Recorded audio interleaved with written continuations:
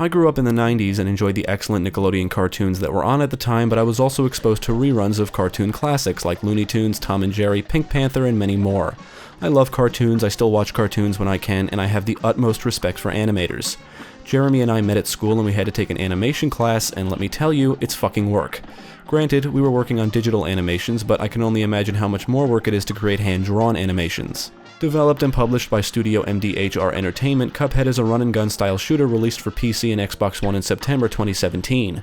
What makes Cuphead unique, though, is its hand-drawn animation in a style that pays homage to classic 1930s cartoons. I mean, just looking at it, you can tell a lot of work and care was put into the visuals. Jeremy and I were interested in this game from the first moment we saw clips of it way back when, and knew it would be a day one purchase. After it released, we teamed up for some cooperative action in hopes the game would be more than just an artistic throwback. So let's take a look at Cuphead and see if the art style is the only thing going for it, or if it's actually a good game. The story is set in a magical place known as Inkwell Isle. Living there are two brothers named Cuphead and Mugman. One day they wander far from home and end up entering the Devil's Casino. These two happy-go-lucky brothers end up on a winning streak, only for the casino's owner, the Devil himself, to take notice. The Devil makes the brothers an offer, win one more roll, and they can walk out of the casino with all of his loot. But if they lose, they must forfeit their souls. Obviously, the brothers roll the dice, or there would be no game. Regardless, they lose the roll, then plead for their lives and end up making a deal. The Devil asks them to collect the souls of his runaway debtors by midnight, and if they succeed, they will be pardoned. The plot is provided in a storybook style with text and no real voice dialogue. Characters throughout the game may mumble, groan, and make noises, but to know what's going on you'll need to read. The plot is simple, humorous, and is just a way to set up the gameplay. And begin! Cuphead is a side-scrolling run-and-gun shooter in the vein of Contra, Gunstar Heroes, Alien Soldier, and other similar titles.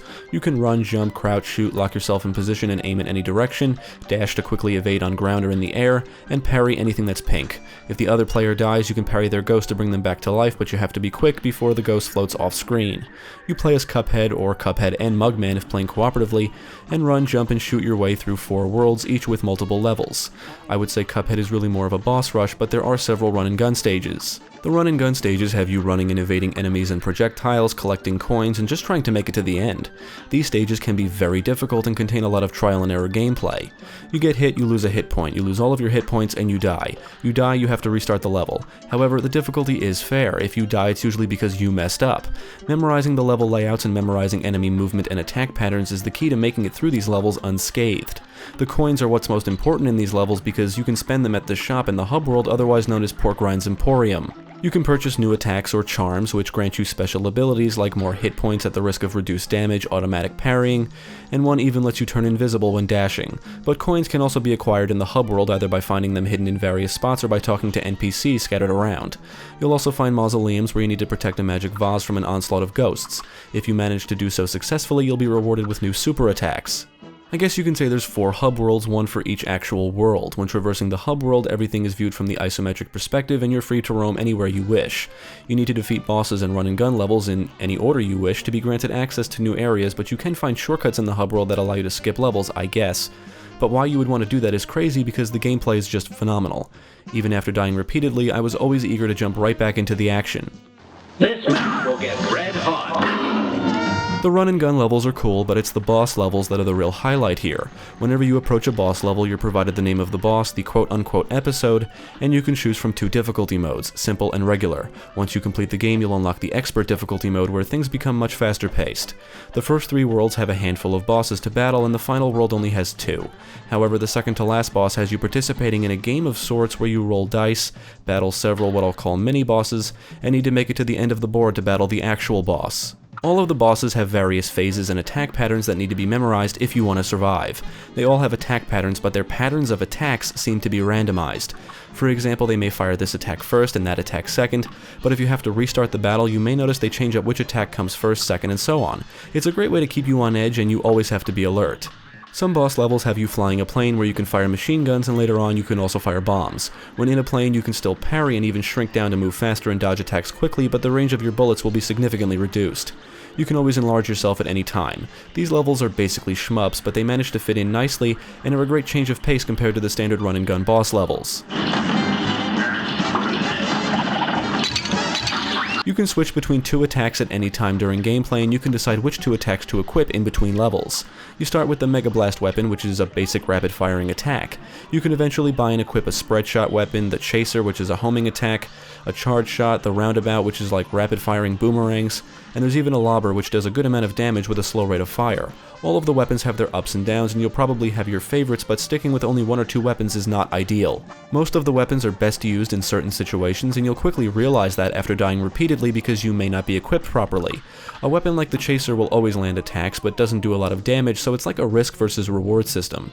I don't want to say the charge shot is overpowered, but once I acquired it, I would always have it equipped. It's a great weapon for any boss battle since it can do a ton of damage. As you shoot bosses and enemies, you'll build up a super meter represented by playing cards at the bottom of the HUD. As long as you have a card, you can fire a special attack that does extra damage, and the attack itself varies depending on the weapon you currently have equipped. If the meter is full, you can unleash a devastating super attack, which can be acquired by completing the mausoleums and equipped in between levels. Trying different combinations of weapons, charms, and super attacks is all part of the fun, and you'll eventually find a set that works best for you for most situations, but you will need to mix things up every now and then if you want to succeed. Here goes! Many boss levels are scrolling, and you always need to be moving in general, whether it's to not fall off platforms or just to dodge attacks.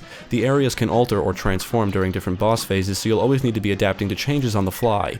Sometimes you may be moving in a specific direction, sometimes you'll move to a different area with new hazards to be aware of, and there's usually a ton of shit going on, so you really need to pay attention.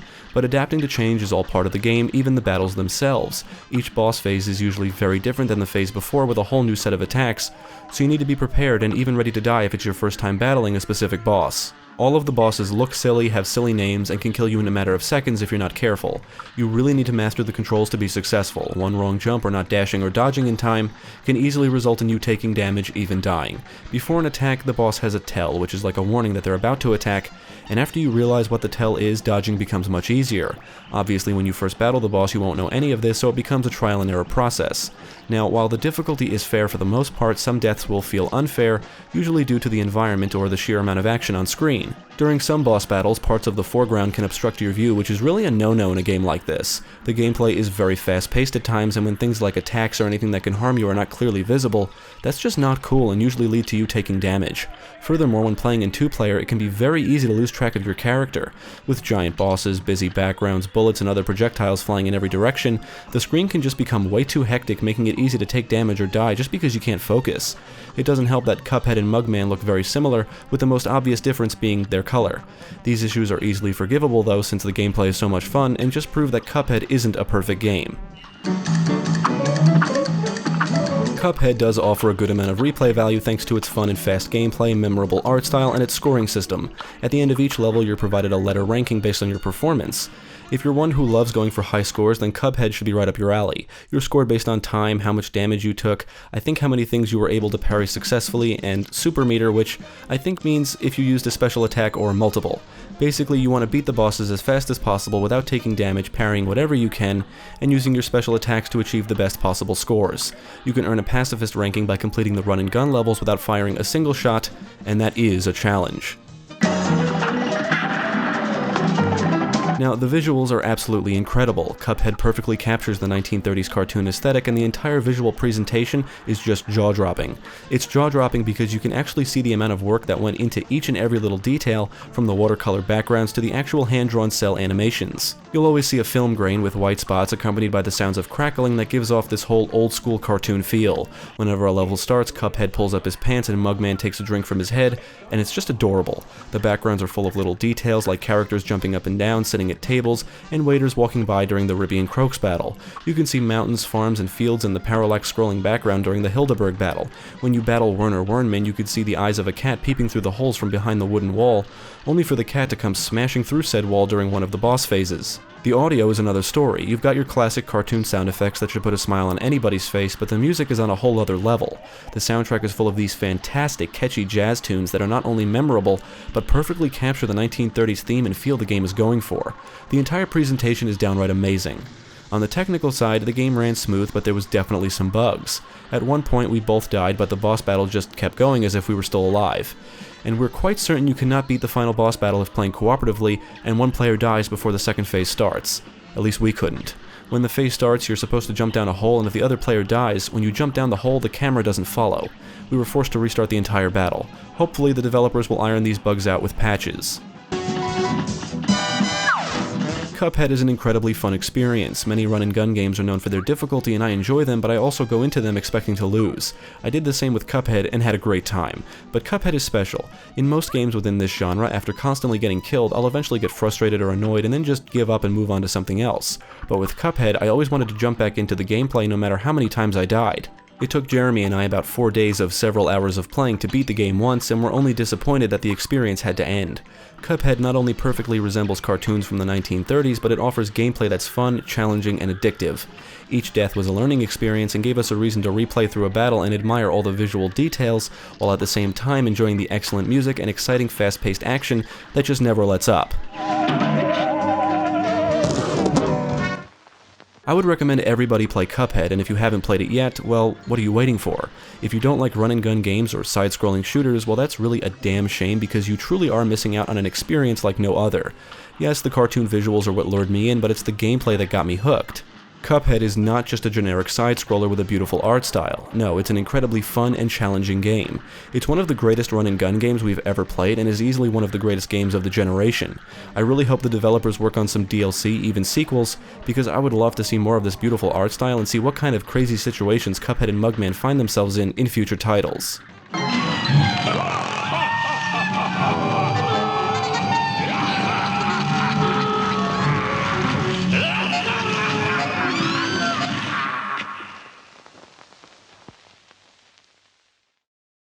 Thank you for watching. If you enjoyed this video, check out the rest of our channel for more quality content and follow us at the links below. If you're interested in gaming news, let's plays, live streams, and even podcasts, be sure to visit our friends over at GameCast.